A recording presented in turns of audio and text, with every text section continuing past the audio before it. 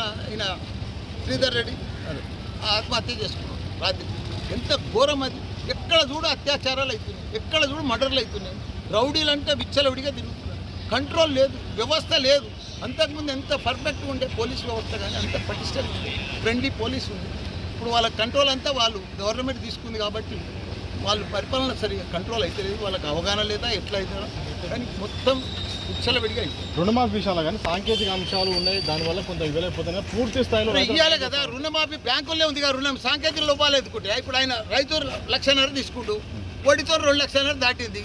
నువ్వు చేస్తున్నారు, చేసేస్తే అయిపోతుంది కదా. 10 ఎక్కువ తక్కువ అప్పు ఇంకా కొన్ని చేసి చేయాలి కదా.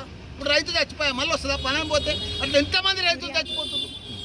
నువ్వు రుణమాఫీ చేస్తాడని నమ్మకంతో చేసిరు కదా, ఆ ఓటేసిరు కదా. ఆ ఓటేసినప్పుడు దానికి విలువ లేకపోతే మనిషి ఎంత పెడపైపోతుంది. ఇప్పుడు ఆ రైతు ఎట్లా అయిపోతుంది? ఆ పిల్లల్ని ఎవరు కాపాడాలి? సో వరద సాయం విషయం వచ్చేవరకు